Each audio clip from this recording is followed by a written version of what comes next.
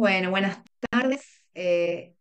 Estamos nuevamente en la jornada de estudiantes de Antropología Filosófica. Esta es la tercera mesa y la última de esta jornada, que bueno, como en el inicio de las mesas anteriores, son unas jornadas que la cátedra organiza con mucho cariño por nuestros estudiantes.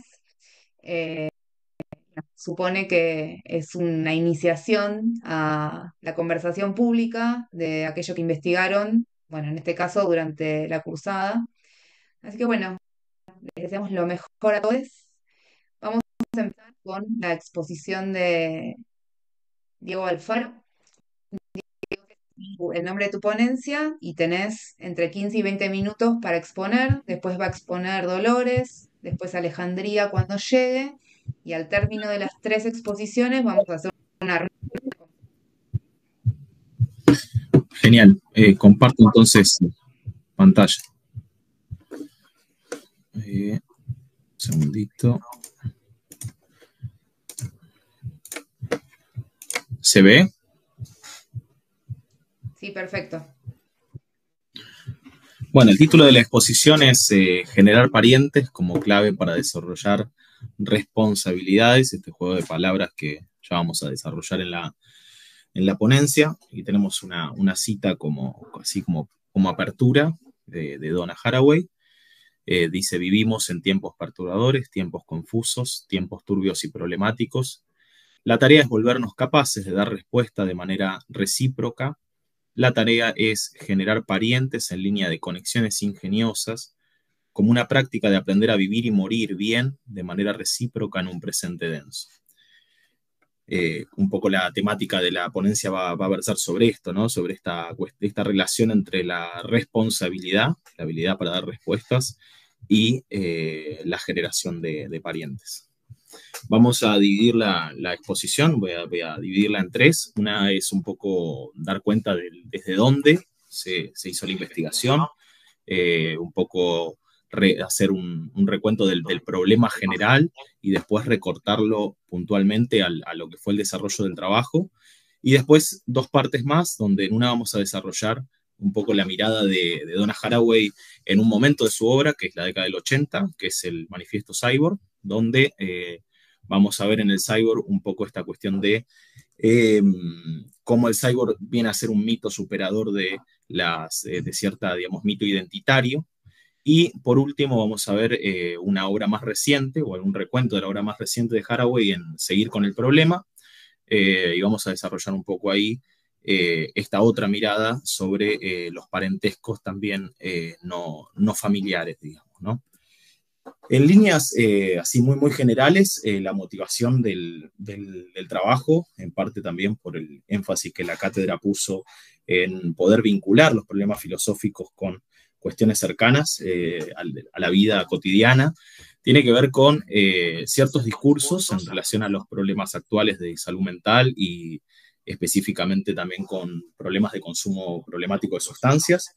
El lugar que la familia ocupa en estos discursos, eh, en el reparto también de responsabilidades entendidas un poco más moralmente, y un poco entonces la idea del trabajo no es abordar la complejidad general, que como podemos ver en esta imagen que usa Haraway en su última obra, que tiene que ver con los problemas en relación con múltiples aristas y puntos y convergencias, ¿no? Como el juego de cuerdas.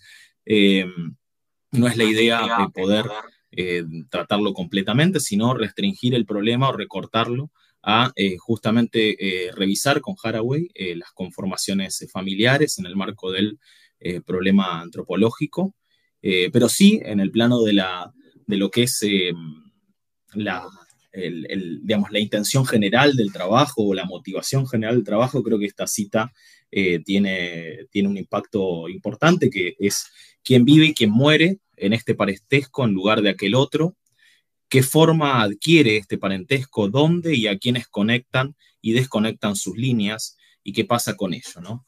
Poder cuestionarnos o poder cuestionar con Donna Haraway las conformaciones familiares como un tipo de parentesco desde el plano de preguntarnos quién muere, quién vive, ¿no? Y también poder abrirnos a pensar otras formas de emparentamiento, donde justamente el vivir y el morir con otros y con otras y con otros y con otras cosas más allá de lo humano sea un poco más responsable en el sentido no de moral, sino de que utiliza Haraway, que vamos a desarrollar como una habilidad para poder dar respuestas a estos problemas complejos que tenemos en hoy en día, digamos, ¿no?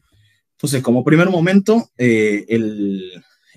digamos, lo que tiene que ver con el desarrollo que Donna Haraway hace en el Manifiesto Cyborg, que se publica en el año 1985, pero que después tiene otra publicación en el año 91, si mal no recuerdo. Sí, 91, en un libro que se llama Ciencia, Cyborg y Mujeres, que es un capítulo de este libro, pero aparece también ya publicado en una revista en el año 85 y en este texto uno de los problemas que afronta Haraway es el problema de los feminismos, las fracturas del movimiento feminista eh, y sobre todo la imposibilidad de generar una unidad a partir del mito de la unidad en tanto ser mujer, ¿no? El mismo concepto de mujer resulta problemático como lugar de identidad para producir la unidad del movimiento de mujeres.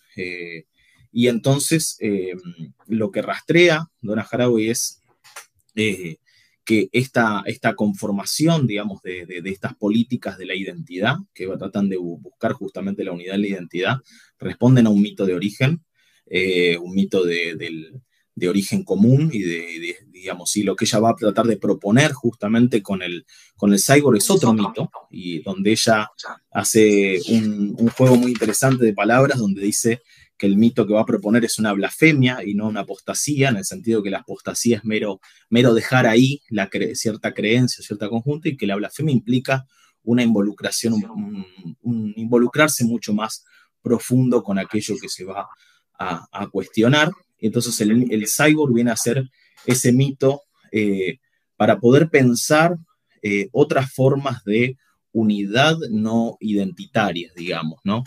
Sí, suena hasta medio como contradictorio, pero es así como lo plantea. Y contra este mito de la identidad, digamos, el cyborg justamente es fronterizo, ¿no? Siempre lo humano se define o se ha definido en algunos desarrollos entre la máquina y el humano, entre el animal y el humano, y lo que lo que Haraway está proponiendo es pensar justamente lo que no se puede circunscribir a esa identidad, lo que vive en las fronteras entre lo animal, entre la máquina, entre justamente estos parentescos fronterizos que nos ayudan a pensar, en vez de políticas de la identidad, políticas de la coalición, dentro del problema de lo que es el feminismo de este tiempo, ¿no? De lo que ella está planteando con estas fracturas del feminismo y la necesidad de pensar otro tipo de mitos para hablar, para generar una resistencia también ante una opresión. Y lo que cómo aparecen las conformaciones familiares en el desarrollo de Donna Haraway en el manifiesto Cyborg, aparecen en principio relacionadas o en parte relacionadas con las diferentes movilidades del capital. Entonces las diferentes conformaciones familiares van tanto el núcleo patriarcal como la familia moderna, ¿no? O la familia de la economía del trabajo casero, van digamos, marcando diferentes estilos o formas de la dominación, donde los sujetos marcados como mujeres digamos, van siendo dominadas de diferentes aspectos, ¿no? Quizás en la primera, entre la separación entre lo público y lo privado, ¿no? La mujer restringida a ciertas tareas, pero ya en las últimas formas también ver cómo la feminización de la pobreza, ¿no? Las conformaciones familiares donde las mujeres tienen otro estilo de dominación. Entonces, lo que ella está mostrando con estos desarrollos es que justamente también la dominación no es, digamos, horizontal digamos, y de unidireccional, sino que justamente también es múltiple. Entonces, no se puede pensar una política de la identidad para hacer frente a una dominación que tiene la característica de un circuito integrado, ¿no? De una relación mucho más compleja. Entonces, responder con una política identitaria también se queda corto, ¿no? Una crítica que le hacen a Donna Haraway tiene que ver con que, bueno, entonces el cyborg, por no ser, digamos, no tener identidad, no estaría situado y por lo tanto no podría reconocerse en ninguna lucha, pero en realidad lo que Donna Haraway está hablando es que justamente la dominación también es diferente y tiene estas características de circuito integrado, por lo cual justamente el cyborg también es una entidad fronteriza y complejizada en todos esos vínculos y que digamos, ella lo plantea como una forma de hacer frente a estos problemas de cómo hacer frente a estas nuevas formas de dominación. Y para pasar a la segunda parte, ese segundo apartado que tengo en el trabajo, que trabaja más con este texto más reciente de Donna Haraway, que tiene que ver con seguir con el problema, es el nombre del libro, es un texto que, si no me equivoco, del 2019, pasaron ya un par de décadas desde el Manifiesto Cyborg, y ahí lo que podemos en principio notar es, en el pensamiento de Donna, es una transición de entre, primero, la ontología cyborg y acá podemos decir, hablar de una ontología de especies compañeras, ¿no? Hay una ampliación a pensar, incluso un traslado desde los problemas del feminismo a pensar los problemas de la ecología y cómo esta ontología adquiere ya características incluso vinculares mucho más fuertes con otras especies y demás. Y hay una crítica fuerte que en algunos artículos está sobre el poshumanismo o ciertas formas de poshumanismo, en tanto el poshumanismo plantea una narrativa de apocalipsis o de salvación, donde lo que viene después de lo, ¿no? El mismo prefijo post, es algo que viene después y que definitivamente tiene, así como en el cyborg se cuestionaba el mito de origen, tiene de alguna manera estructuralmente una relación, también la cuestión del mito de futuro, ¿no? También hay una especie de volver a una unidad perdida en el mito de salvación o una catástrofe apocalíptica, ¿no? Que destruye todo, digamos, ¿no? Y lo que ella ve en esto es la imposibilidad de generar justamente respuestas éticas. Entonces, la propuesta va a ser un poco en este tiempo pensar un más acá de lo humano, donde lo humano se hace compost, ¿no? Ella hace un juego ahí entre el post-humanismo y lo humano hecho compost, o justamente siendo parte de una descomposición, pero a la vez pensar en el más acá y en cómo todo eso convive en los lugares o en los momentos donde tenemos que dar respuestas. Para hablar de este tema, digamos, en este texto, para hablar de lo que son las responsabilidades, como adelanté, responsabilidad en el sentido de Haraway es la habilidad para responder, para dar respuestas en un momento complejo, en un tiempo difícil, y le está relacionado con el poder reconocer, por un lado, reconocer parentescos y por el otro lado, generar parentescos. Reconocer parentescos se ve muy bien en dos ejemplos que podemos ver, que es el ejemplo del Des y del Premarín, que lo trabaja Donna Haraway, que lo que es ella cuenta una narrativa donde ella tiene que darle unas hormonas a su perra por la incontinencia urinaria a partir de la vejez y de la perra que tiene una castración, y a partir de esta hormona, ella va recorriendo los hilos digamos, y las conexiones de esta historia, de la historia de esta hormona, en su contexto de producción, en las mujeres que lo tomaron, en cómo la medicina lo recomendó en una época por supuestamente prevenir abortos. Bueno, va vinculando una serie de hechos que lo que hacen es descubrir justamente un montón de emparentamientos que lo dice muy bien en una cita que es muy interesante acá en el libro, que dice: antes de mí, antes de que mi perra y yo pudiéramos salir de la historia, estábamos en la compañía no escogida de, y debíamos rendir cuenta a, vaquillas en laboratorios, carnes de ternera de corrales de engorde, mujeres embarazadas de todo tipo de lugares, hijas, hijos, nietos y nietas de mujeres que alguna vez estuvieron embarazadas, activistas enfadadas y bien informadas de movimientos por la salud de las mujeres, perras con enfermedades coronarias y cantidad de otras hembras esterilizadas con incontinencia en clínicas veterinarias y camas y su gente.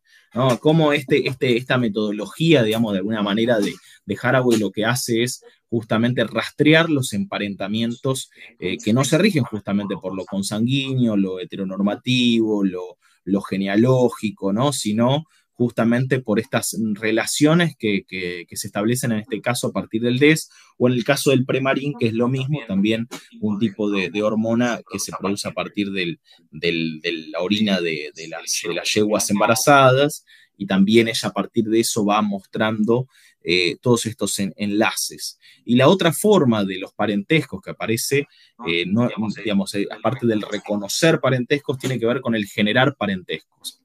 Y eso se ilustra muy bien en otro ejemplo que ella pone, que es un pueblo donde hay una situación de contaminación, donde diferentes artistas, palomas, tecnología, la gente del pueblo y bueno, un montón de diferentes agentes aparecen vinculados para resolver un problema que tiene que ver con la contaminación atmosférica en ese lugar, donde las palomas logran rastrear esa contaminación, entonces se logra dar una respuesta parcial, porque las respuestas en el más acá del humano son parciales, pero es situada y pone, digamos, este foco en la generación de nuevos parentescos para poder resolver ese problema, ¿no? Entonces, por un lado, el reconocer y por el otro lado, el generar parentescos no ligados al ancestro, a la genealogía, a la sangre, vienen a ser importantes para desarrollar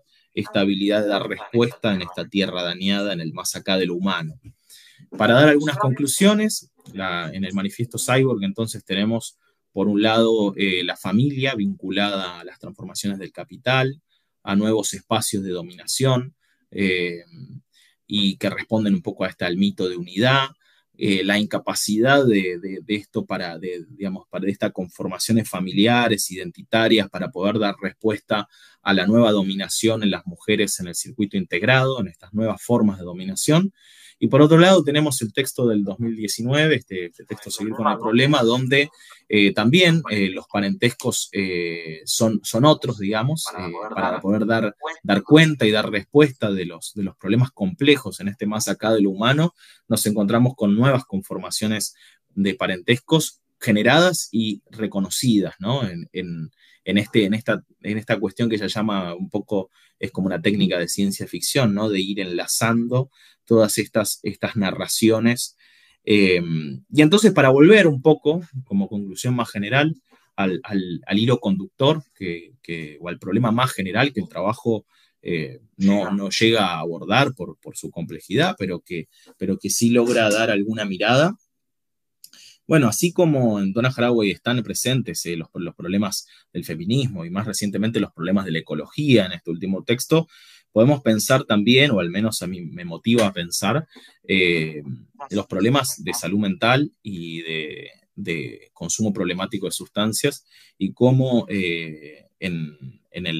digamos, el rol que ocupan los discursos, la familia que debe responder, ¿no? La familia entendida como heteronormativa, genealógica, de sangre, tiene en el reparto de responsabilidades una jerarquización, digamos, ¿no? Donna Haraway en su película habla justamente de cómo el vínculo sanguíneo crea una jerarquización en cuanto a vínculos más valorados que otros, pero también podemos decir de la misma manera que así como genera vínculos más valorados que otros, o de alguna manera una cierta jerarquización de algún tipo, también genera una jerarquía en quién debe dar respuesta a determinadas problemáticas.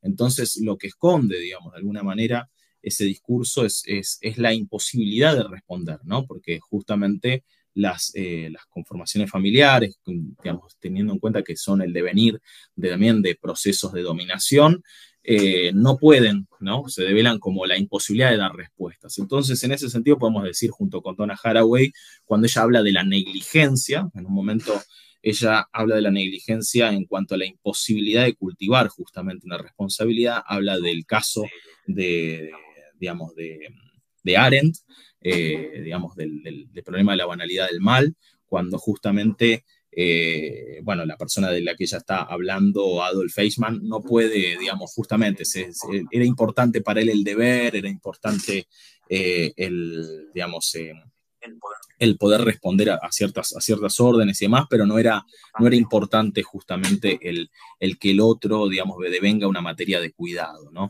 Devenga materia de cuidado. Entonces, en ese sentido, lo que Hannah Haraway entiende como negligencia, se revelan estos discursos que sostienen, digamos, un tipo de respuesta a este problema a partir de las conformaciones familiares identitarias. Entonces, un poco la idea sería poder abrirnos a pensar, quizás a reconocer los parentescos en este tipo de problemas, que no son quizás los ecológicos, que son los que trabaja Haraway, pero sí también quizás recorrer los problemas de salud mental, los problemas de consumo problemático de sustancias a partir de estas mismas narrativas que va generando Donna Haraway, donde nos podamos animar a poder reconocer parentescos y a generar nuevos, como justamente la posibilidad de desarrollar una habilidad para responder a esa problemática, ¿no?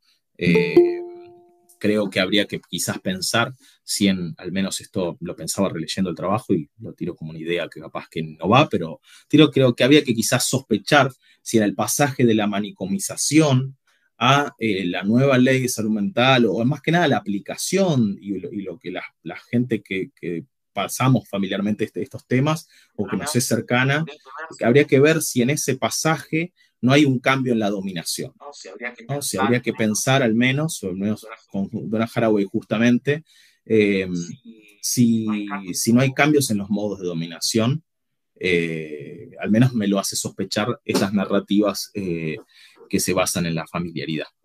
Por acá lo que quería compartir. Bueno, Diego, excelente. Muchas gracias por compartirnos tu trabajo y tus problemas asociados al trabajo. Bueno, llegó Alejandría, me parece por una cuestión temática, estaría bien que seas vos quien siga, Ale. Sí, ciertamente sí. No, mentira. Hola. Bueno, disculpen que me conecté hasta ahora. Contanos el Para decir nombre, la Ale, verdad, contanos el nombre de tu trabajo y después tenés entre 15 y 20 minutos para exponer, después va a exponer Dolores y después al final hacemos una ronda de preguntas. Sí. Ok. ¿Me escuchan ahí? Porque estoy con el celular, estoy en medio de una mudanza, entonces estoy sin Sí, sí, te escuchamos computadora, bien. sin... Sí, se escucha. Bien. El nombre de mi trabajo es Conocimiento Situado y Aparato de Producción Corporal en el Sistema Público de Salud Argentino. El del trabajo que yo presenté para la materia, digamos, el subtítulo, digamos, que seguía era Prácticas Médicas en Cuerpos Trans, pero para esta presentación yo lo que hice fue cambiar esa segunda parte por una pregunta. Que la pregunta creo que era como conocimiento situado o aparato de producción corporal. A ver, espérenme un segundo que tengo...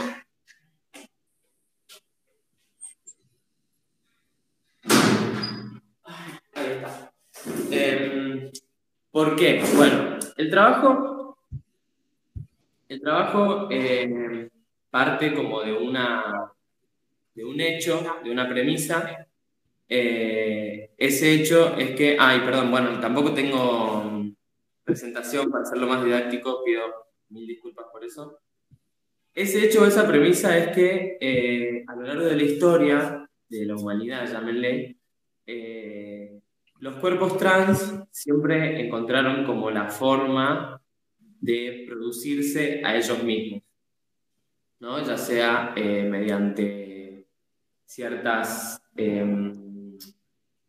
técnicas de engaño, ciertas técnicas del disfraz, si ustedes quieren, después ciertas prácticas médicas. En el trabajo yo empiezo dando el ejemplo de la serie Pose de HBO, no sé si la vieron, en el que, una persona que se llama Miss Orlando, interpretada por Cecilia Gentili, que es una travesti argentina que falleció este año. Ella es como la especie como como la doctora, ¿no? La persona que les inyecta siliconas a las travestis, en un contexto de clandestinidad, ¿no? Entonces yo empiezo con ese ejemplo, que bueno, como para ubicar un poco la cuestión, y lo que hago es como, bueno, contar un poco que ese tipo de prácticas, el hecho de inyectarse siliconas, maquillajes, ciertas intervenciones quirúrgicas, siempre se han hecho desde un lado como de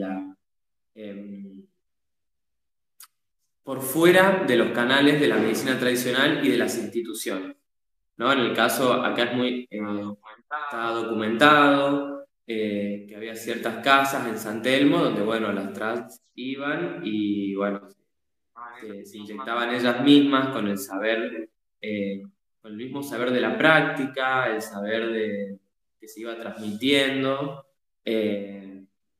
Bueno, ejercían esas prácticas que, digamos,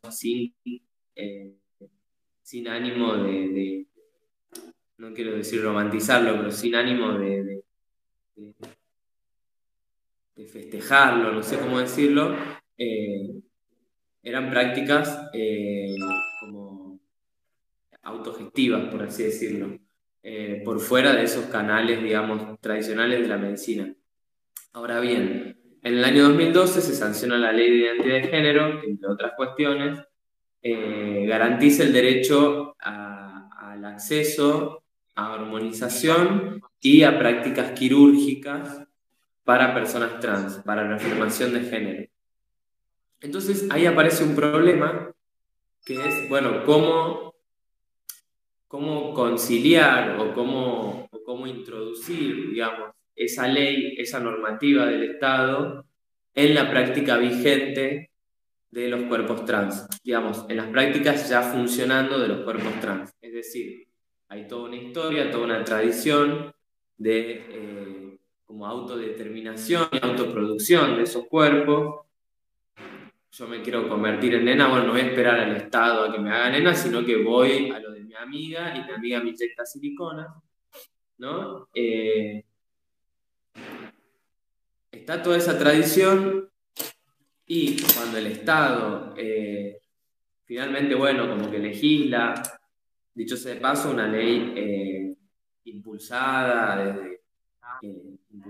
promovida, luchada, ¿no? Desde un montón de asociaciones trans, asociaciones civiles que trabajan por los derechos trans, como que, bueno, no es una ley que cae de la nada, pero no deja de ser una ley del Estado, un Estado que siempre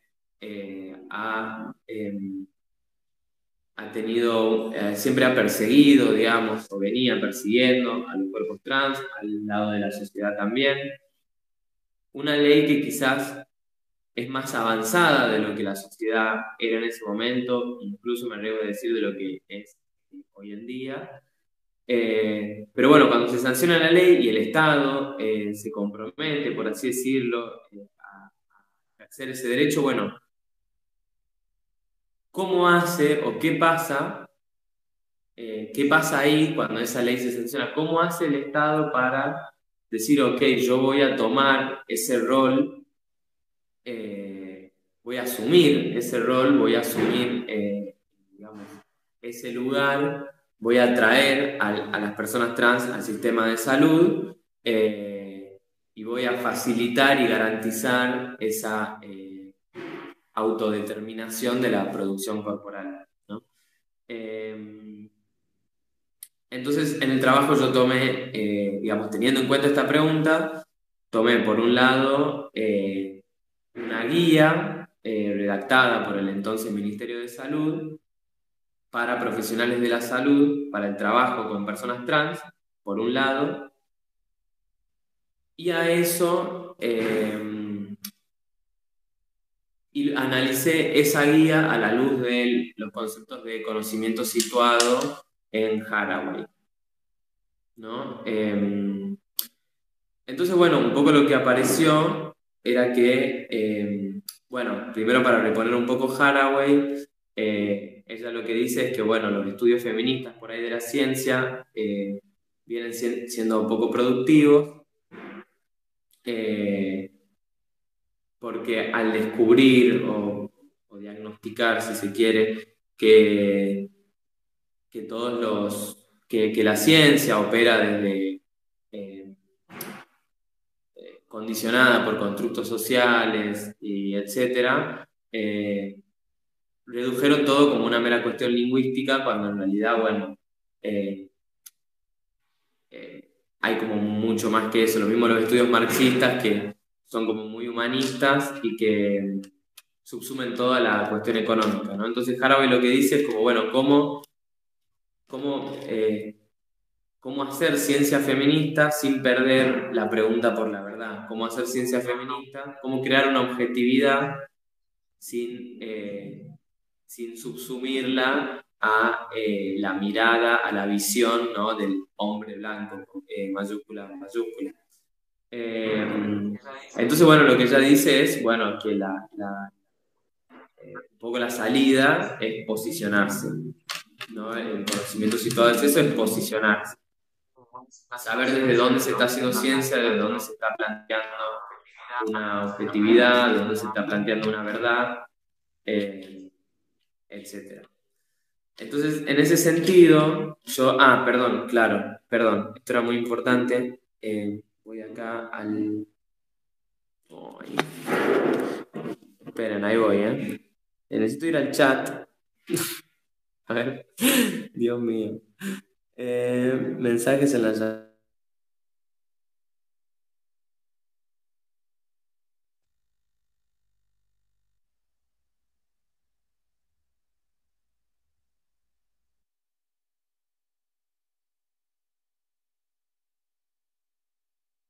¿Se congeló, Ale? ¿A ustedes también? Sí, a mí también se fue. Ah, no, ahí está. ¿Volviste, Ale? Ale, Estás muteada, amiga. estás muteada, Ale. Ahí está.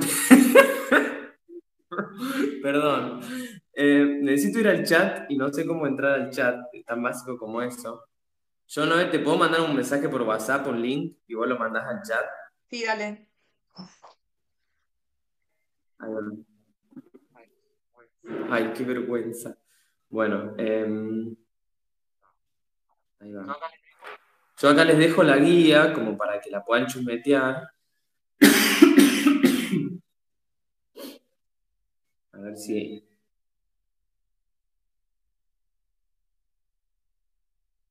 Claro, ahí está. Bien, sí. Bien, ahí le mandé a Noé la guía. Por ahí, bueno, para que entren o ahora o cuando quieran, para ir viéndola. Yo tomo esta guía, obviamente con todas las salvedades, digamos, de la cuestión, porque, bueno, la guía en sí no no refleja del todo las prácticas, ¿no? Pero bueno, es como por ahí la bajada, la normativa, digamos, la parte como quizá más teórica del Ministerio de Salud, sobre cómo debería ser esa atención profesional del sistema público a los cuerpos trans. Entonces, bueno, doy un par de ejemplos. La guía se divide en 5 capítulos. Uno es sobre la historia del movimiento, de la teoría de género, de los movimientos LGBT, digamos, por ahí como en el mundo. Después la otra es más sobre el caso argentino particular. Después hay otro capítulo sobre teoría de género en general. Y los últimos dos son sobre las prácticas, son más concretamente sobre las prácticas. Por ejemplo, en ese capítulo de las prácticas aparece esta práctica que vimos al principio, de la inyección, digamos, de silicona, o como dicen coloquialmente, de aceite de avión. la guía contempla ese tipo de prácticas, contempla, digamos, el hecho de que ciertos cuerpos tengan ciertas necesidades y no otras, o la posibilidad, o propone como una especie de recorrido en conjunto entre el profesional y la persona trans para encontrar, por así decirlo, el cuerpo que esa persona quiere. Toda una serie de cosas que, bueno, son bastante interesantes y que y que son como quizás llama la atención que desde el Estado se estén planteando. Y bueno, y un poco por las condiciones, digamos, de producción del trabajo, que era como, bueno, en un par de semanas, qué sé yo. El análisis fue más que nada como, no sé si ilustrativo, pero fue como, bueno, mostrar, ¿no? En qué medida esta guía, eh, en qué medida la guía, bueno, en la guía se aplicaba esta cuestión del conocimiento situado, pero la investigación posterior y también confrontar este tipo de análisis con mi experiencia personal, un poco me hicieron como complicaron un poco el asunto, vamos a decir. ¿En qué sentido? Bueno, justamente la pregunta del título tiene que ver con, bueno, con esa pregunta, esa incógnita, ¿no? Como, bueno, en verdad, digamos, se logra tan solo con la guía, con el trabajo de estos profesionales, se logra realmente como un conocimiento situado y como un acompañamiento y una real inserción de estas prácticas y de estas personas al sistema de salud, o es un poco más o sigue siendo este aparato de producción corporal cis, como una especie como de quizás concesión cis, ¿no? Como, porque en verdad lo que termina pasando, por lo menos, digamos, hay como varias cuestiones, no me puedo extender mucho, pero por un lado, la ley garantiza el derecho, pero no obliga a los... Todo esto estamos hablando del sistema de salud público, ¿no? La ley garantiza el derecho al acceso a esas profesiones, pero no obliga a los profesionales particulares a garantizar ese acceso. Entonces, por un lado, el hecho de que se conformen equipos en los centros de salud depende justamente de los profesionales particulares que se juntan, se unen y arman un dispositivo de diversidad. Eso pasa, por ejemplo, en el hospital, acá en Capital, en el hospital Rivadavia, no, ¿cómo es? En el hospital Fernández, ahí en Palermo. Pasaba, bueno, pasa, pero bueno, estaba complicado, en el hospital Bonaparte. Eso fue como para todo el colectivo trans fue como bastante fuerte todo el tema del cierre y de todo esto, porque ahí funcionaba un equipo de diversidad realmente muy bueno. Hay otro lugar en Pacheco, tengo entendido, y donde voy yo es en un centro de salud de primer nivel, si no me equivoco, una salita en la Paternal.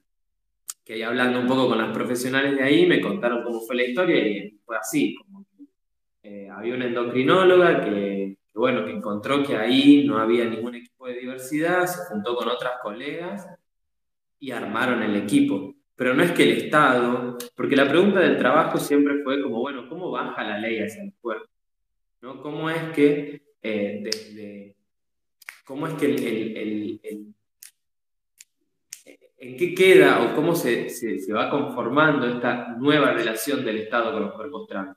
Porque la relación previa era una relación de prohibición, de ocultamiento. Un cuerpo trans en la calle era suficiente para ser encarcelado. Simplemente la presencia de un cuerpo trans visiblemente en la calle era encarcelado. con los códigos contravencionales, qué sé yo, te metían en la comisaría por usar una pollera. Entonces, bueno, ¿cómo pasa de eso a garantizar el acceso a qué pasa ahí en ese intermedio, ¿no? Entonces, bueno, al ir indagando un poco más, primero está esta cuestión de que es de los profesionales particulares, y segundo es que, bueno, hay una cierta como, que esto es una investigación que queda por profundizarse, pero bueno, es como, bueno, ¿con qué idea de cuerpo y con qué idea de individuación operan, ¿no?, estos profesionales, estas profesionales en mi caso particular? Porque al fin y al cabo, por ejemplo, no hay ninguna persona trans atendiendo en estos equipos, o por lo menos a mí no me consta. Entonces, digamos, al margen de que, bueno, la formación puede ser muy buena, y de hecho lo es, hay como una cuestión de que faltan 5 para el peso que hace como más compleja la situación. Entonces, bueno, por eso en el título propuse esta pregunta. Esto es una pregunta que todavía queda inconclusa. Por ahí a veces termina pasando, en muchos casos, que todos estos equipos de diversidad y todo el trabajo que se hace con la guía y qué sé yo, termina siendo un simple dispensario, digamos, no sé cómo decirlo, un lugar donde una va, busca sus hormonas y se va, ¿no? O el otro día, la última vez que fui, hay una doctora nueva, y la endocrinóloga nueva no es la que fundó el equipo, y ella agarra, me hace una receta como si fuese que tenía que tomar, como si estuviese enferma, digamos, de fiebre, y me dice, bueno, una pastillita de estradiol una vez por día, un puff de gel, un no sé qué, y bueno, y eso es como que te llama un poco la atención. Como que siento que, bueno, complejiza un poco las cosas. Entonces, bueno, ¿cómo crear un conocimiento? Digamos, la pregunta está ahí, ¿no? ¿Cómo crear un conocimiento? ¿Cómo hacer una ciencia? ¿No? ¿Cómo traer a estos cuerpos, a estas personas, al sistema público de salud con, bueno, una idea de ciencia que sea realmente situada y sin resabios, digamos, de la patologización y la clinicalización, no sé cómo decirlo, de las personas trans? Que nos guste o no, bueno, sí, está muy imbricado con la medicina y los avances de la medicina, las producciones tecnológicas, digamos, cuerpo. Pero bueno, siento que todavía falta mucho como para que sean realmente situadas y realmente sanas, amigables para personas trans. Creo que puede ser ahí. Bueno, Ale, muchas gracias nuevamente por compartir tu trabajo y los problemas que le dieron lugar en tu cursada de la cátedra. Bueno, y ahora pasamos a la tercera exposición de Dolores Almudena de Feo. No lo decía el nombre, Sabe Dolores que no se le ve la cabeza, ¿no? sí, que se te ve la Estoy cabeza acá. Hola. lo Que posible. sería importante. Yo entiendo para los cuerpos, pero la cabeza para la ponencia me parece Si te vas básica. para atrás se te ve mejor. Cuando vas para atrás, Claro, Ok. se ve hasta la nariz, digamos. ahí. Pasa que estoy literalmente en el lugar de la facultad, porque bueno, salí del examen y me vine para acá, así que pido perdón si hay ruidos o algo, Perfecto. o si no me veo completamente, pero bueno, ahí No, creo pero que ahí tenemos como solo la parte superior de la cabeza afuera, estamos bien. Yo creo que Es podemos. la personaje esa de las chicas superpoderosas, la señorita Bella. bueno, eso es lo que se puede. Bueno, mi ponencia se llama Generar parentescos y construir en su seno una nueva mirada sobre las plantaciones. Lo que a mí me interesó trabajar en este espacio y en este trabajo fue, bueno, alrededor de dos cuestiones que están bastante presentes en la obra de Haraway, y más que nada en el texto seguir con el problema, que estas son, bueno, primero la problemática relativa al cambio de era en la Tierra, con, bueno, el respectivo debate a cuál sería el causante de ese problema, y por el otro lado, la arista que tiene Haraway con respecto a, bueno, hablar sobre propuestas para salir de esa situación, ¿no? Como un modo, como esta búsqueda de un modo por el cual lograr salir entonces de eso. Antes de pasar entonces a lo que sería mi hipótesis, me gustaría como reponer un poco cuestiones para que después se logre entender lo otro. Y bueno, con respecto a esta problemática del cambio de era en la Tierra, lo que dice Haraway es que todos los vivientes y no vivientes estaríamos atravesando una situación de crisis en relación al planeta, ¿no? Es un cambio de era, es el pasaje del Holoceno, que ella lo caracteriza como una época caracterizada por la presencia de refugios para personas y otros bichos, a precisamente una temporalidad que está caracterizada por la desaparición de esos refugios. No. Bueno, dice que el Holoceno abarca el periodo de los últimos 12.000 años. En ese sentido, acá hay una cita que me pareció que resume como bastante esta cuestión, que dice: ahora mismo la Tierra está llena de refugiados, humanos y no humanos, sin refugio. Entonces, el punto que da acá, el debate que se genera respecto a esta situación de crisis, situación problemática, es, bueno, ¿cuál sería el causante de este problema, no? Y acá aparecen los tres conceptos que ya son bastante conocidos dentro del ámbito de las ciencias sociales y de las ciencias humanas, que son los conceptos, bueno, antropoceno, capitaloceno y plantacionoceno. Respecto al concepto de antropoceno, lo que dice Haraway es que surge frente a la necesidad de ubicar al ser humano como un agente que por la fuerza de sus actividades lo que hace es terminar influyendo a un nivel geológico y climatológico en la Tierra, ¿no? Lograr captar esa magnitud de sus acciones. Dice que, bueno, como les decía, la especie humana, la especie Anthropos, sería la protagonista del cambio de era. Esto se visibiliza en la creación de la máquina de vapor, por ejemplo, a mediados del siglo XVIII, y bueno, con el uso del carbón. Y después también dice que esta idea tiene un lugar en el discurso popular y científico a partir de los esfuerzos de teorizar sobre el cambio climático y la globalización. Eso como unas características respecto a lo que significa el antropoceno. Después también, esto es todo en el capítulo 4, se encuentra de seguir con el problema. Ahora voy a hablar respecto a lo que es el capitaloceno. Recupera en verdad esta idea, o sea, no la hizo ella, la creó, sino que es una idea que fue usada por un sociólogo estadounidense que se llama Jason Moore, y que viene a responder un poco a la pregunta si es, bueno, solamente es la especie Anthropos, la especie humana, la causante del cambio de era, o más bien el sistema capitalista, podría decirse, ¿no? Como este sistema extractivo y de producción.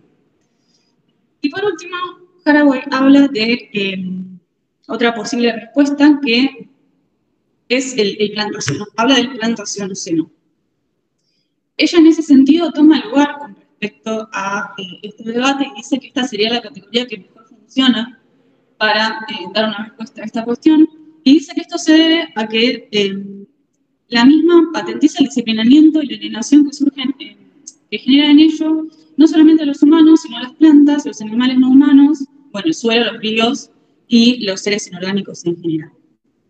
Acá me gustaría retomar específicamente la definición que da de plantacionoceno, y dice que el plantacionoceno es la transformación devastadora de diversos bosques, pastos y granjas atendidas por humanos en plantaciones extractivas dependientes del trabajo esclavo y la mano de obra barata. Es decir, esta categoría lo que hace, para lo que les sirve básicamente, es para hablar de múltiples opresiones a la vez, ¿no? En el plantacionoceno lo que se terminan visibilizando es tanto el racismo, el colonialismo, el imperialismo y el capitalismo. Por eso, para Haraway es como la categoría que mejor logra sintetizar esta problemática. Bueno, eso entonces con respecto al problema. Como les decía, también yo me quise ubicar para mi trabajo en la propuesta que ella hace de esta idea de, bueno, generar como nuevas historias a partir de nuevas narrativas, y en eso servirse tanto de la ciencia ficción como del feminismo especulativo. Y Haraway ahí lo que hace es hablar de una época venidera que también lo ubica de esto, dentro de este universo ficcional, que es lo que denomina el Chuluceno, que dice que está inspirado en las potencias y poderes interculturales de la Tierra. Y bueno, como ya veníamos hablando, como mencionó el compañero en la primera de las exposiciones, esta nueva etapa venidera precisamente se caracteriza, entre otras cosas, por la presencia de la figura del parentesco, ¿no? Como esta tarea pendiente para el feminismo, dice Haraway, que precisamente lo que tendría que hacer es desanudar el vínculo que se ha dado históricamente entre lo que es la genealogía y el pariente, además del relativo al pariente y la especie. Esa sería entonces la propuesta un poco de Haraway. Ahora bien, con estas cuestiones en mente, yo lo que me preguntaba es si no podríamos llegar a pensar de otro modo la cuestión del plantacionoceno, o más bien del vínculo del humano con lo vegetal, para que eso nos sirva como una experiencia, podría decirse, inspiradora en algún sentido, para seguir construyendo el Chuluceno, ¿no? Y acá yo releí un texto que me gusta mucho, que es de un filósofo italiano que se llama, bueno, Emanuele Coccia, capaz, seguramente lo conocen. El texto es una metafísica de la mixtura, y ahí me pareció interesante como, bueno, tener presente dos características que dice que son propias del modo de ser y de estar en el mundo de lo que son las plantas y del mundo vegetal, ¿no? Bueno, en primer lugar, dice que la planta lo que tiene es que no es capaz de existir de manera aislada. Lo que dice es que, bueno, ella necesita una imbricación total con lo que la rodea.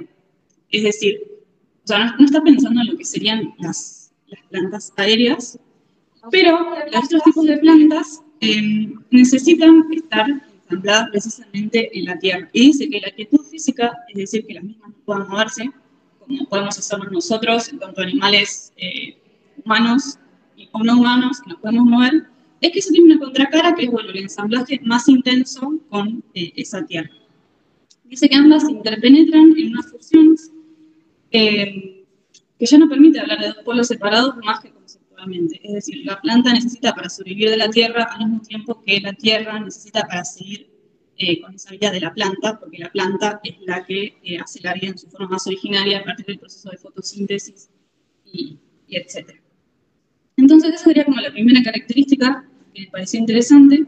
Y en segundo lugar, lo que dice Concha es que para poder sobrevivir también la planta necesita de la presencia de múltiples seres. Es decir, la planta no puede sobrevivir sola, digamos. Dice que requiere de una trama compleja de organismos donde poder apoyarse y desplegar toda su potencia y vitalidad.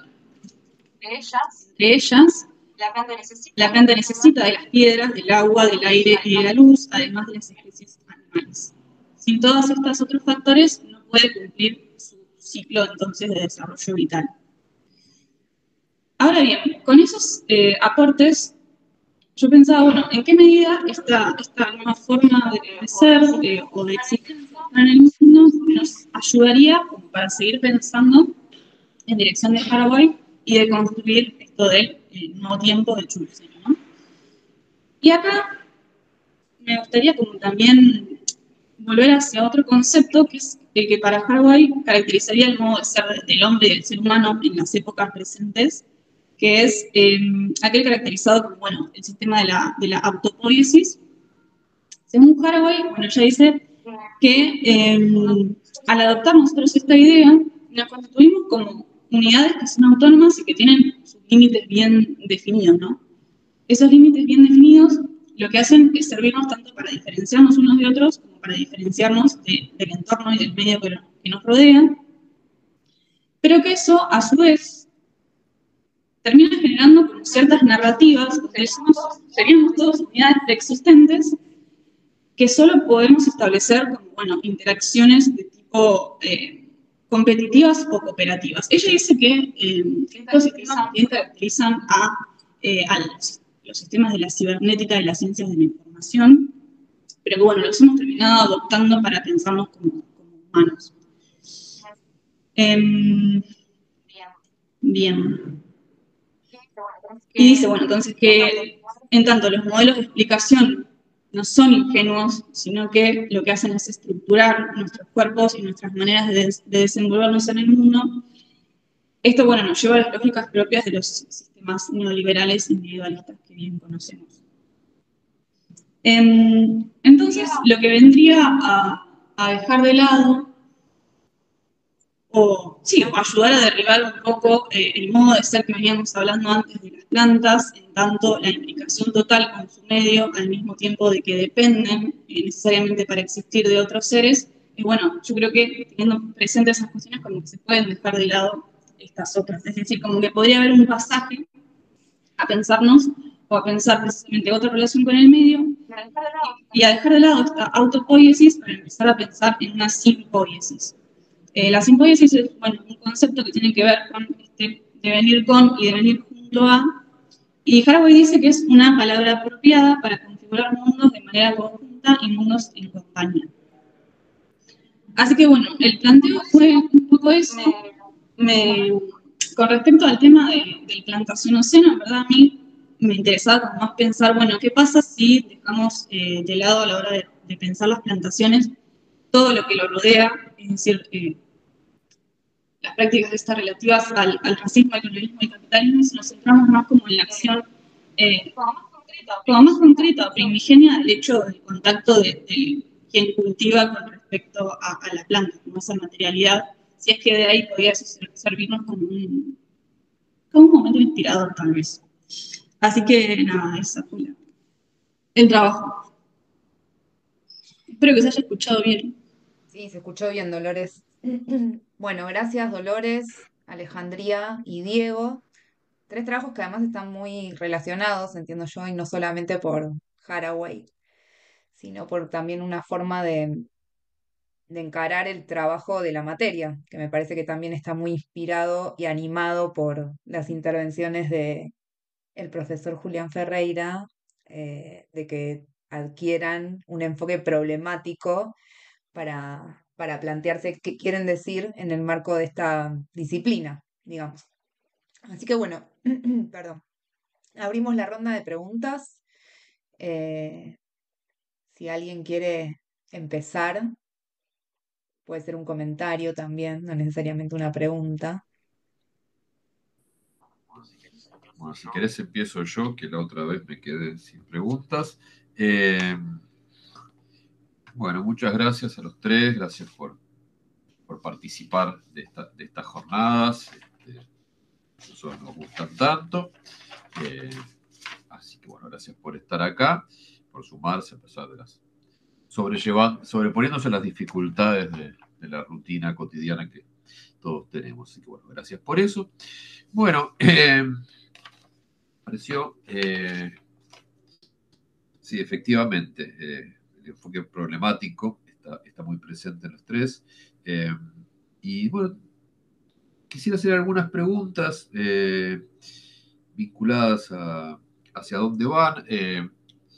Alejandría, me pareció muy interesante el concepto de la ciencia situada, ¿no? Supongo que será de Haraway, pero en todo caso me parece muy bueno situarlo vinculado a la característica, en este caso, de las personas trans, pero calculo que se puede expandir a esta idea de que lo situado no siempre es geográfico, sería lo que yo podría extraer de ahí, podemos vincular con nuestro debate de la mañana, ¿no? ¿Qué sería este situacionismo? Me parece muy interesante, muy potente la idea de ciencia situada y de todas maneras no termino de ver, y esta sería la pregunta, ¿cómo termina de resolver el problema? Porque vas a decir, vos dijiste que los problemas no hay que resolverlos, así que no me pidas eso a mí, pero ¿cómo se vincula, digamos? Porque tu problema sería, si no lo entendí mal, el de la aplicación, ¿no? Tenemos el manual que por cierto traté de entrar y dice no tiene acceso, así que tendrías que abrir el acceso de ese link, así podemos verlo, pero bueno, lo que yo entiendo es que en un punto decís, dentro de todo, dentro de lo que uno podría esperar de un manual de estas características, está bastante bien, ¿no? Está bastante bien.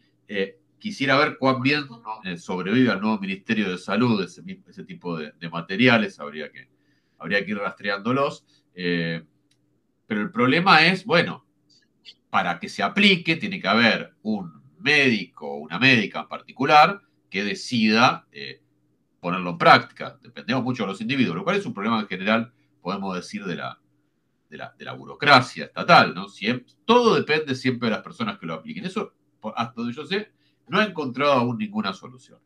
No hay ningún reglamento, cuestión que se sostenga en el aire. Todo se sostiene de las personas concretas que lo llevan a cabo. Y bueno, por eso me parece tan mala política hostigar a todos los agentes estatales en forma simultánea, como si alguna cosa de las que hacemos pudiera hacerse sin nuestra buena voluntad. Bueno, no importa.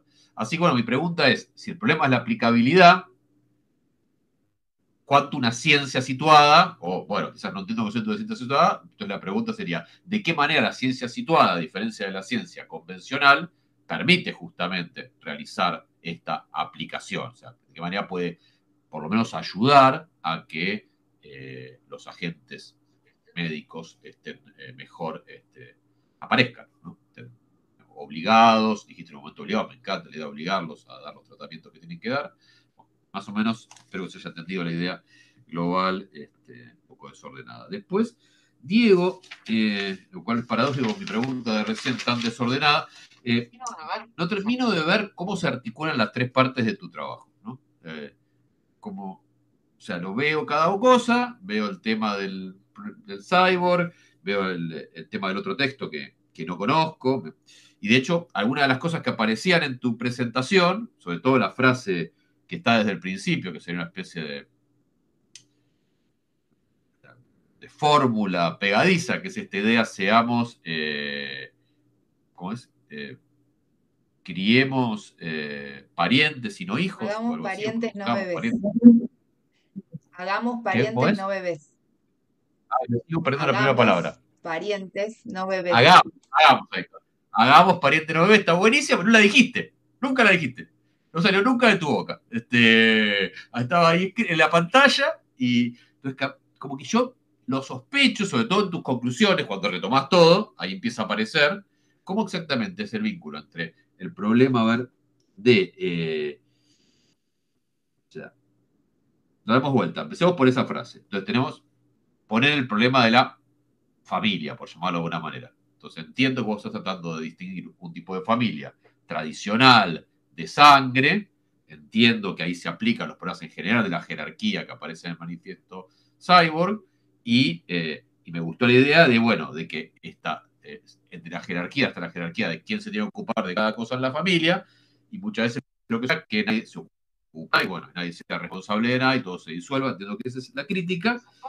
Y yo supongo que tu puesta, utilizando la idea de Cyborg y utilizando esta idea de los hilos o de los otros tipos de tejidos, me perdí un poco con el tema de la hormona, pero bueno, entiendo que tenía que ver con otro tipo de recorrido, otro tipo de unión o de vertebración con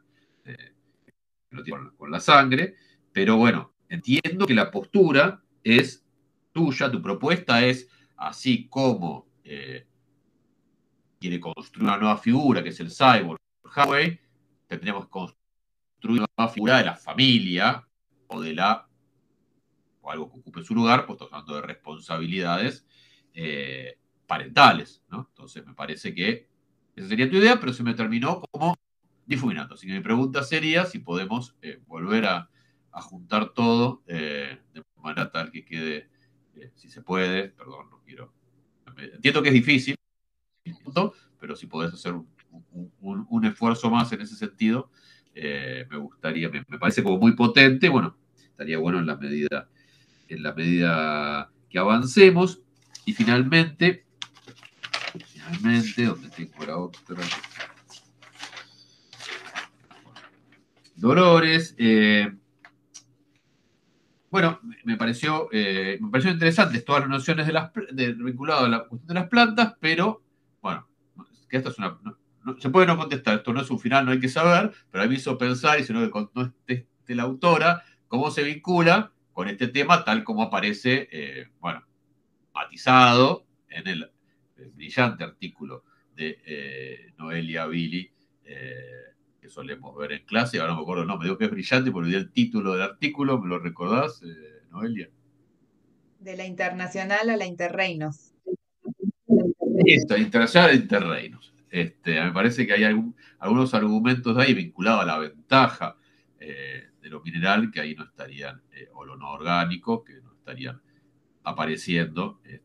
Y te podría preguntar con Ludueña, que tanto les gusta cada vez que lo vemos, ¿no estamos manteniendo un antropocentrismo oculto cuando ponemos la planta como forma de vida, como modelo? Igual es una chicana porque no lo pienso para nada, pero bueno, a ver qué contestan.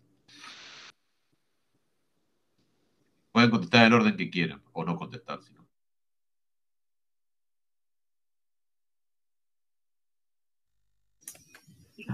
Cuando quieran. Dale.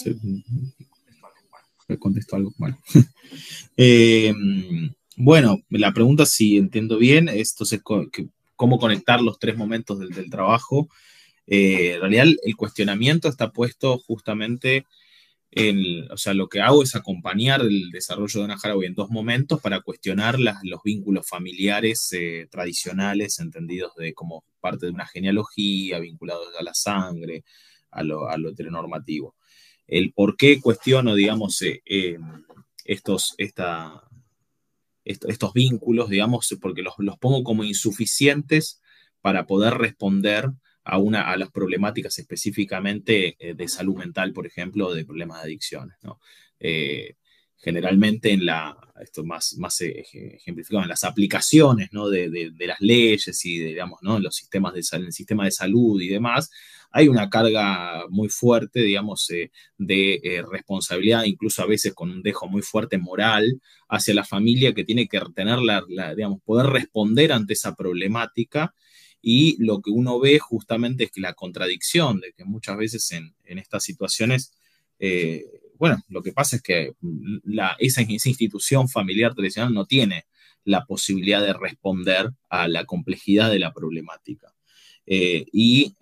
Así como hay una jerarquización que tiene la familia a partir de ¿no? una jerarquización en los vínculos, ¿no? Donde parece que el familiar de sangre se estaría como en un nivel superior al resto de familiaridades. Bueno, también hay un reparto distinto en las responsabilidades desde ese punto. Entonces, lo que yo hice es hacer un recorte sobre ese problema general y decir, bueno, vamos a pensar con Haraway cuál es el cuestionamiento que Haraway hace a los vínculos familiares. Entonces, en el cyborg hay lo que se devela es la familia con ese componente de identidad, digamos, ¿no?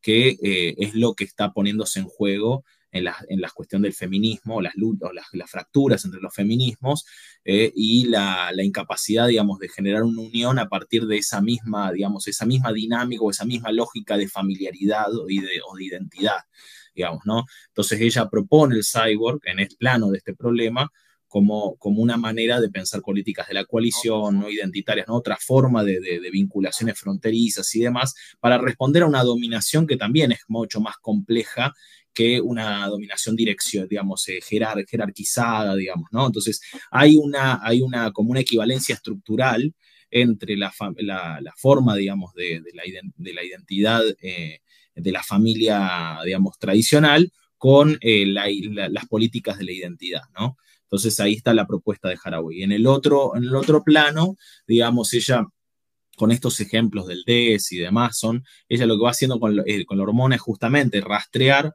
cuáles son los parentescos que existen a partir del consumo de la perra de una hormona, ¿no? Y cómo digamos, la historia de esa hormona, de alguna manera, va vinculando diferentes circunstancias y situaciones y personas, animales, no humanos, o animales humanos, sino humanos y demás, y es una primera manera de poder reconocer los parentescos y ante quiénes tenemos de alguna manera que desarrollar habilidades también para responder, ¿no? Y la otra forma de generar nuevos parentescos que quizás no están enlazados como en el cuestión del DES, sino que se van generando cosas que van sucediendo, como en el caso del problema de la contaminación en un pueblo, donde de repente diferentes actores y, digamos, no necesariamente humanos, se enlazan para dar respuesta al problema de la contaminación, por ejemplo. Entonces, con eso ella está proponiendo la generación de parentescos no familiares, por eso digamos, el eslogan hagan parientes y no bebés, en el sentido de que justamente son esos otros lazos que uno puede reconocer y uno puede generar, los que nos pueden facilitar la posibilidad de tener nuevas habilidades, o sea, responsabilidad en el sentido de desarrollar nuevas habilidades para dar respuestas que van a ser parciales a estos problemas complejos, ¿no? Entonces, digamos, tomando estas dos ideas de Haraway, vinculadas al problema general, es decir, bueno, entonces ante el problema de consumo problemático de sustancias, ante el problema de salud mental, digamos, ¿no? Y el rol que la familia ocupa en esa jerarquización de responsabilidades y demás, bueno, ¿por qué no, digamos, quizás animarnos, esto queda por fuera del trabajo, a pensar el problema a partir de estos rastreos que hace Haraway, por ejemplo, pero uno lo podría pensar en el plan, no sé, del consumo de una sustancia y pensar todos los emparentamientos que hay, en las complejidades y las marañas del problema y cómo se pueden haber nuevos lazos que puedan dar respuesta. Incluso uno podría pensar, no sé, ella en un momento desarrolla un par de cuentos, ¿no? De Camille 1, Camille 2, que son como narrativas de otras formas de conformación. En un momento, por ejemplo, dice que, no me acuerdo en cuál, que podría haber más de un padre, ¿no? Que había más de un padre que tomaba, ¿no? Podrían hacer hasta 3 padres por cada, o sea, se imagina otras conformaciones que incluso deben tener en su imaginación algún tipo de andamiaje también jurídico legal, digamos, ¿no? O sea, digo, la posibilidad de decir, bueno, que la ley hoy actual y el sistema de salud, digamos, coloque el tema tan fuertemente en un lazo, digamos, caracterizado con estas características de la familiaridad, me parece que podríamos pensar qué otros lazos sí podrían responder a este problema, ¿no? En esta pregunta que puse en una cita al principio, bueno, ¿quién vive y quién muere en estos lazos y quién vive y quién muere en estos otros, digamos, ¿no?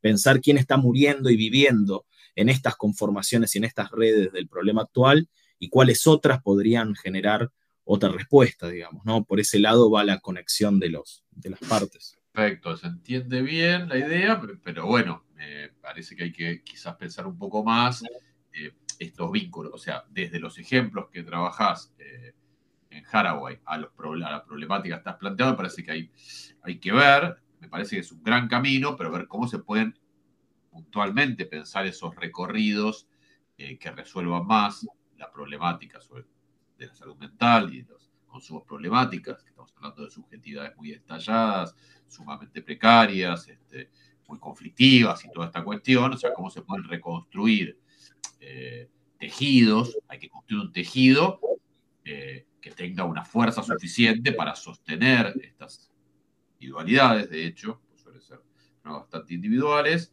bueno, habría que ver, no, retiro lo dicho, lo pienso y lo retiro, pero digo, ¿entendés lo que digo? Como que está bueno, abre un camino distinto, pero a primera vista insuficiente para las problemáticas que vos estás planteando. No sé si estás de acuerdo, que habría que hilar un poquito más.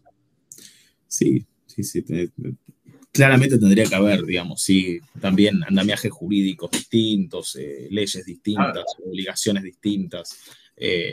Pero bueno, es una cosa que uno ve, digamos, leyendo incluso la ley de salud mental o los mismos discursos de los médicos, que está presente estas conformaciones vinculares. Y bueno, animarse, sí, obviamente, no es solamente armar redes. De hecho, hay muchos lugares que ya están teniendo otro tipo de narrativas, ¿no? Hay lugares que laburan con estos temas de mejor o menor o más acertada manera, y hay narrativas de la red, de los vínculos. De hecho, se trabaja por ese lado y también así logra ser, digamos, paliativo, pero bueno, un poco también la idea de Haraway es que tampoco hay una solución completa en estas formas, digamos, ¿no? Es siempre parcial, es como, bueno, una forma de abordar el problema parcial. Pero sí, es cierto, o sea, el trabajo tampoco, digamos, aborda la problemática, simplemente la menciona y después la recorta a ver el tema en Haraway y a proponer alguna línea para seguir pensando, digamos. Sí, porque me parece que ahí lo que tienen, digo, yo me parece un poco lo mismo de una manera cuando trabajo con estas problemáticas en Deleuze, ¿no? Como que son filosofías más fluidas, pero estos casos son bastante duros, entonces hay que pensar bien cómo evitamos, en el caso de Alejandría también aparecía, ¿no? Bueno, la ley de identidad de género, si bien tiene un montón de problemas, no dejó de avanzar por adelante de incluso de demandas sociales para proteger a una minoría con las herramientas del Estado. Entonces, como que a veces necesitamos, vos lo sabes bien por tu institución política, una estructura firme. El tema es si no la podemos tejer de una manera que funcione mejor y no deje pasar por los agujeros los casos que estamos tratando de proteger. Sí, sí, tal cual. La pata política creo que es imprescindible en el pensamiento de este problema. Pero creo que quizás, como decía, en los ejemplos de estas narraciones de Camil 1, Camil 2, pueden pensarse que en esas narrativas también hay andamiajes políticos distintos, ¿no? En este ejemplo de que ella propone, no sé, 3 o 4, no sé, digamos, padres, digamos, o que quienes cumplen el rol de ese otro que es responsable ante ese niño o esa niña o niñe. Digamos, está planteando otra conformación que necesariamente también, digamos, supone un andamiaje jurídico político distinto, digamos, ¿no? Sí, sí, exactamente. Bueno, hola, permiso. En mi caso creo que, bueno, tiene un poco que ver con lo que acabas de decir. Que sí, yo en verdad el problema la verdad no sabría cómo resolverlo. Sí me parece que, por lo menos en mi recorrido personal, fue algo como de darme cuenta, de decir, bueno, ok, con esta, porque la guía, que dicho sea de paso, ya le habilité el acceso, la guía sí tiene como una perspectiva situada, el tema es lo que se vuelve problemático a la hora de indagar un poco más, es bueno, cómo esa guía baja, cómo se aplica. Yo tampoco obligaría a los profesionales, ¿verdad? No me parece que sea esa la respuesta. Sí me parece que una ciencia que no es situada no podría dar cuenta de todos estos problemas, principalmente porque justamente al ser algo para una minoría, siempre las condiciones, digamos, de vida de esa minoría son más una minoría tan aplastada como el colectivo trans, siempre son como muy, dependen mucho de los entornos, de una serie de cosas que, digamos, que de hecho incluso las cuestiones trans tienen, digo las cuestiones trans, no, pero todos los procedimientos quirúrgicos, todas estas cosas, se basan como en un desarrollo muy tradicional de la ciencia que lo que hizo fue, digamos, generar una patologización que todavía hasta el día de hoy la ciencia arrastra, ¿no? Entonces, como que el desafío un poco sería, bueno, a través de esta ciencia situada, poder como, bueno, desenraizar un poco eso, pero sí, si vos me preguntás como, bueno, y no sé, capacitaciones sí, pero no sé, el trabajo ciertamente no logra dar cuenta de eso, sino más bien como que, bueno, como hacemos mucho en filosofía, como INSE de hecho, para probar sus teóricos, plantea el problema y listo, ¿no? Como que va un poco por ahí, pero sí entiendo que bueno, que hay como que darle una vueltita de tuerca más para que solucione algo, ¿no? O abra un poco más de Perdón, yo puertas. quería Sí. montar una pregunta sobre lo que preguntaba Julián. Em, yo pensaba, porque vos por una parte hablás, o yo entendí dentro de tu exposición, como un cierto malestar respecto a lo que podríamos llamar una especie de burocratización de la intervención médica, ¿no? O sea, bueno, vos vas, la endocrinóloga se sienta y te hace unas recetas para administrarte, para que vos puedas comprar o que te den hormonas, etcétera, como una burocratización de alguien que, bueno, es un efector del sistema médico y cumple su labor, digamos, ¿no? Entonces, por una parte yo entendía que había como una especie de eso, pero a raíz de eso, porque no es una persona cualquiera, digamos, no es un empleado público en un escritorio o en un mostrador, que es como un poco la imagen del burócrata que todos tenemos, sino que es un médico, ¿no? O sea, es una figura muy particular dentro del entramado no solamente estatal, sino un poco apelando a todo lo que contaba Diego acerca de esas reconstrucciones que hace Haraway, es un nodo, un emergente, digamos, de una red que atraviesa la investigación científica transnacional por una parte, las industrias farmacéuticas por otra, em, los sistemas de salud integrados o no al Estado, que llegan más o menos a diferentes poblaciones. Y todo eso, digamos, en la medida en que la ley de identidad de género habilita a que el Estado o que las prepagas, digamos, o las obras sociales puedan administrar legítimamente estos compuestos químicos, que son finalmente eso. Entonces, a mí me parece que se genera como un nuevo campo de experiencia para la corporalidad de las personas trans, que antes no necesariamente existía, porque incluso cuando era una cuestión de inyectar silicona de avión de forma marginal, se tocaba de alguna manera con eso, pero no estaba integrado al circuito de conocimiento médico. Entonces, bueno, por ahí también lo que habría que pensar es eso, o sea, de qué manera poder explorar, ¿no? Esa nueva configuración o cómo poder involucrar a las personas que están implicadas, que no son solamente los investigadores eh, endocrinólogos, no son solamente los laboratorios, sino que también son las personas involucradas en la autoadministración de esos compuestos.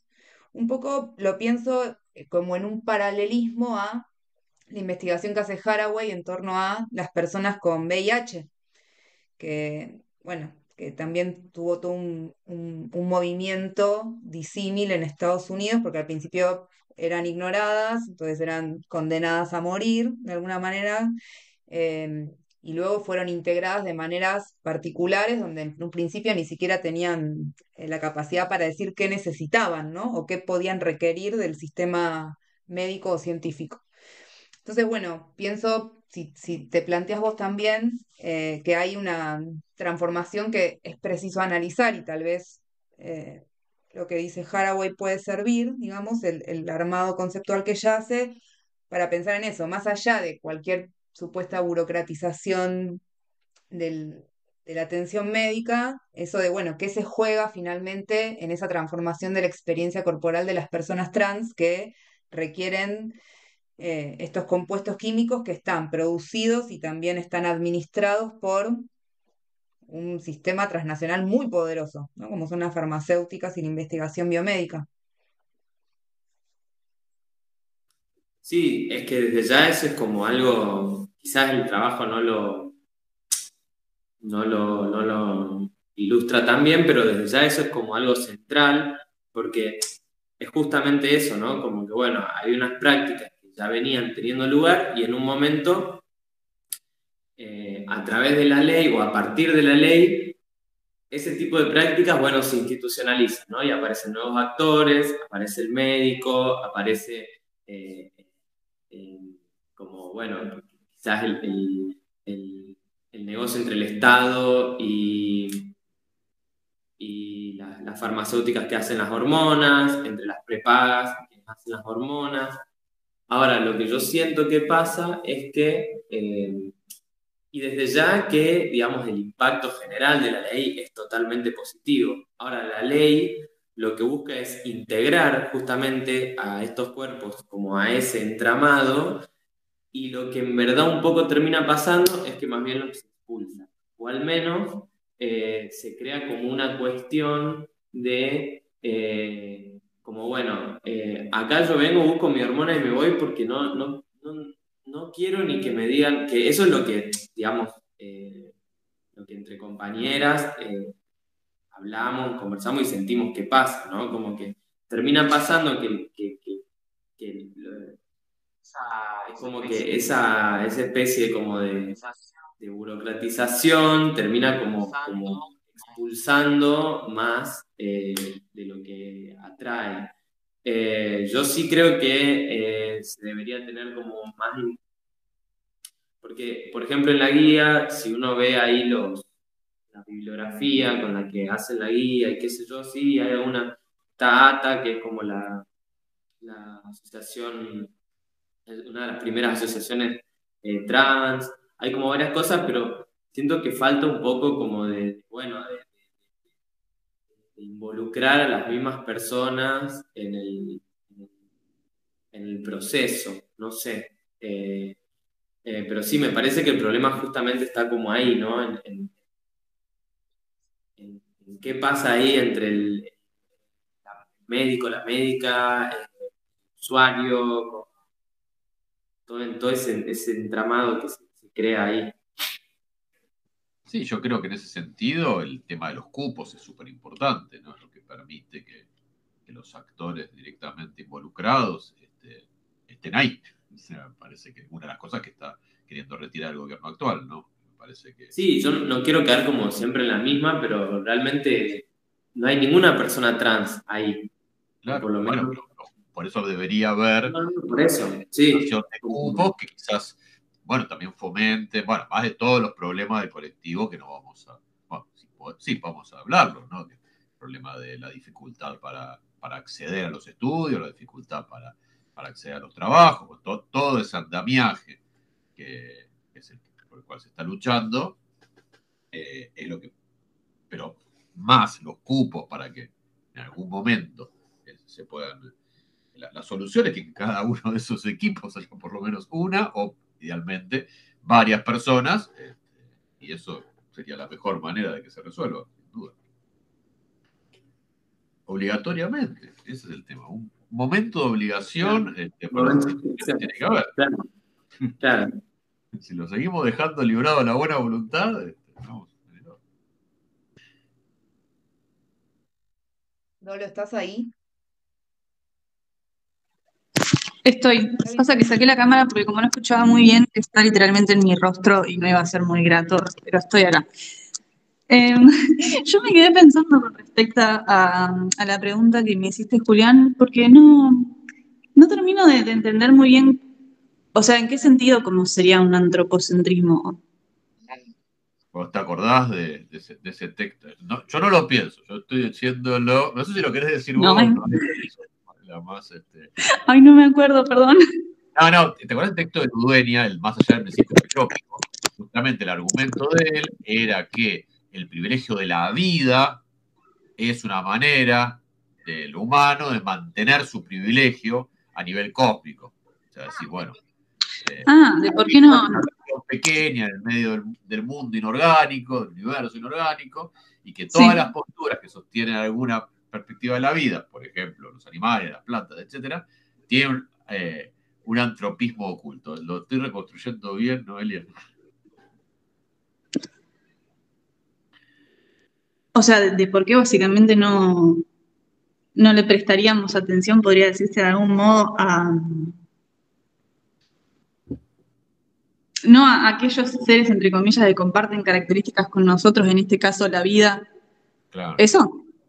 No, claro, el argumento básicamente sería la crítica. No, sé la voz, no puedo llegar tan lejos. El tema sería para mí al plantear, como si dijéramos casi metodológicamente, pero para dar lugar a otras problemáticas más epistémicas y ontológicas, ¿por qué privilegiar a un tipo de ser vivo? No importa cuán copado creemos que sea, o cuán distinto respecto de lo humano, con un ánimo poshumanista o no antropocentrado, ¿por qué privilegiar, o sea, por qué sería mejor o más copado cualquier otro tipo de existente vivo? ¿Cuáles son las ventajas? ¿Por qué te parece que esto, qué es una cuestión estratégica para erosionar cierta importancia, relativizarla? ¿En qué lugar te coloca respecto del Igual debate? aclarémosle a Dolores que esto claramente estamos trayéndote un argumento abogado del diablo importante que solamente para Claro, pero que es pensar, un ¿no? problema Es una importante. crítica. Sí, Es un la problema verdad que importante desde el punto de vista de qué se quiere plantear, mm, porque también a vos lo que te permite es entender qué tipo de problema querés o cómo querés entrar al debate. No hay un solo debate, hay muchos debates. Incluso no, sí, obvio. aunque se digan con las mismas palabras, ¿no? Hay todo un debate, por ejemplo, en torno al antropoceno, que es la discusión entre ¿a qué le vamos a asignar la causa de los males del mundo? ¿Al capitalismo? ¿A la especie humana? ¿A la falta de Sí, refugio? Bueno, eso es un sí. debate. Y se dice con las mismas palabras que, por ejemplo, dentro de la disciplina más estricta de la antropología filosófica, se trabaja el antropoceno en el sentido de, bueno, ¿qué pensamos de la forma humana cuando hablamos de antropoceno? Y hay quienes ahí toman postura por, bueno, vamos a seguir dividiendo la naturaleza humana en especie biológica y especie cultural. Otros que dicen, bueno, hay que ir en contra justamente de esa dinámica dicotómica y hay que plantear un continuum. Digamos, hay un montón de Mm, posiciones, hay un montón de formas de ingresar a distintos debates aunque usen las mismas palabras.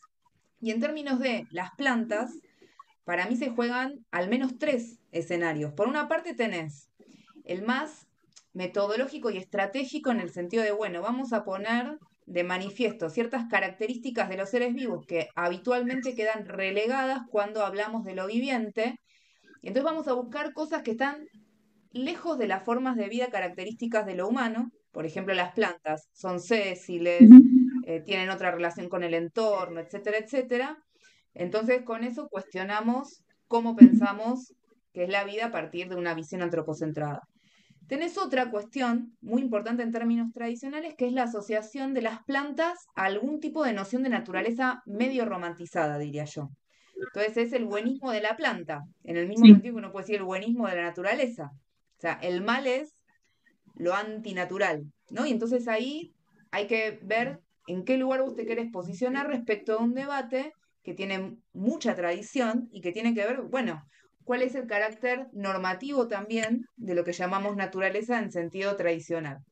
Y hay un tercer debate que tiene que ver con las posturas ecológicas actuales, digamos, que mezclan, por una parte, cierta cuestión sistémica, ¿no? Y que tiene que ver también en gran medida con formas revisitadas de lo que es la naturaleza, y por otra parte, cuestiones totalmente desnaturalizadas de lo que es lo sistémico. Entonces vos tenés formas de ecología que son muy cibernéticas y que importan dentro de la ecología otros lenguajes que no tienen que ver con lo natural, digamos, con lo tradicionalmente asociado a lo natural.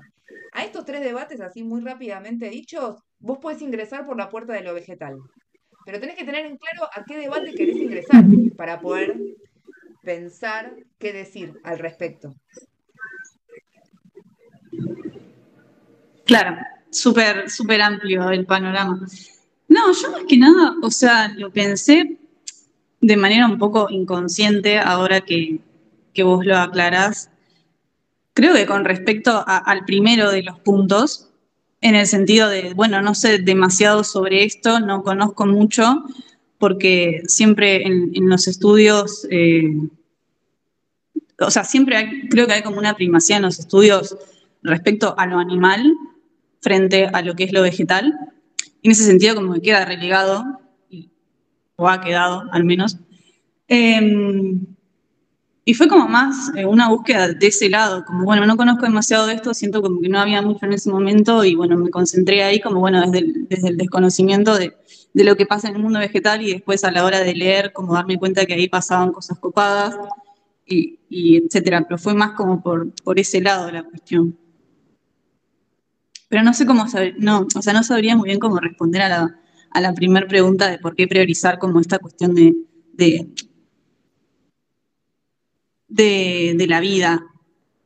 Yo lo que creo es que no hay que dejarse correr por lo dueño y decir, sí, todo bien, privilegio la vida. ¿Qué le decimos? O sea, yo hago lo mismo con lo humano, sí, obviamente. Yo soy equipo ser Es que humano. Que me tocó sino esto. también como que de dónde se va a hablar, no sé, es raro. Bueno, el tema, bueno, depende por eso. Si uno tiende el debate como una cuestión de evitar posicionarse en ningún lado, me parece que es muy difícil. Mm, Uno siempre algún posicionamiento, algún partido está tomando, y el problema, para mí, creo que es uno de los mensajes que trato de dar en clase, es evitar los esencialismos y entender que las fronteras nunca son rígidas y para siempre, que hay contaminaciones y que estas contaminaciones, lejos de arruinar las formas de vida, las enriquecen. Por supuesto, con sus riesgos, ¿no? Porque siempre tratamos de mantenernos en la existencia y bueno, hay cosas que no suman. Pero dentro de eso me parece que uno puede decir, uno puede sostener un posicionamiento humanista, que yo trato de mantener, sin caer en las críticas al universalismo, al esencialismo, sin estar traspolando al género humano una perspectiva particular de valores y de privilegios que invisibilizamos. Pero me parece que una vez que uno logra muy dificultosamente evitar esas trampas, uno puede sostenerse humanista y tratar de pensar, por ejemplo, una política que tenga que ver con las mejores condiciones para la vida humana, que por supuesto incluye una relación con el medio y una relación con las otras especies que pueblan el mundo. Sí, total. Es nada, o sea, pensarlo como otra alternativa al problema. Aparte también, o sea, me quedé pensando con respecto a lo que decías de esa crítica, como que tiene en la base la distinción finalmente sobre, bueno, o sea, qué posee vida y qué no posee vida, o sea, como que sigue estableciendo como esa jerarquía no, perdón, como separación tajante entre las cosas. Bueno, te recomiendo igual, porque siempre está bueno, porque enoja mucho a todo el mundo, lees que, fíjate si lo tenés por ahí, si no lo pedís, si todavía tenés acceso a los links de la materia, estaba el texto de Ludueña, Más allá del principio antrópico. Bueno, hoy es mi último día de cursada y de exámenes, así que llego y lo leo. Dale, excelente, está buenísimo. ¿Qué el principio y el final, correcto, Noelia? Okay. En el medio habla de Schelling y se va para otro lado. Esa parte está tierna.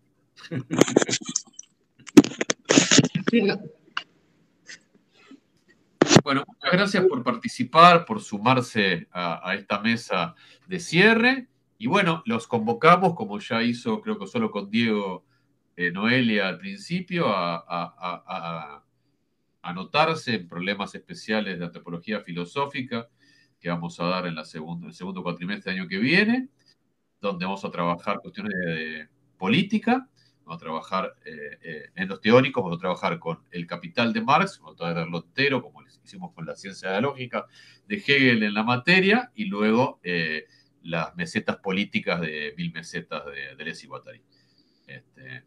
A mí me parece un programón. Yo todavía no terminé de leer El Capital, pero bueno, estoy en eso, tengo hasta agosto. Buen chivo, me convenció. Obvio, se puede ir de oyente porque ya terminó de cursar, pero quiero ir igual.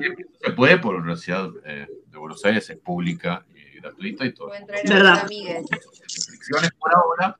Algo que seas extranjero, que parece ya salió la reglamentación que los extranjeros, eso de todos los hombres del mundo que quieran habitar el suelo argentino, ya fue.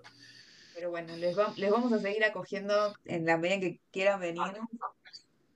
Que justo está Vicente, que es chileno. No, vos no podés más, Vicente, ya está. Se acabó. Que justo pensaba ir para allá. Bueno, les agradecemos mucho en nombre de toda la cátedra por sus trabajos, por haber cursado y les esperamos el año que viene. Así que bueno, un gran saludo.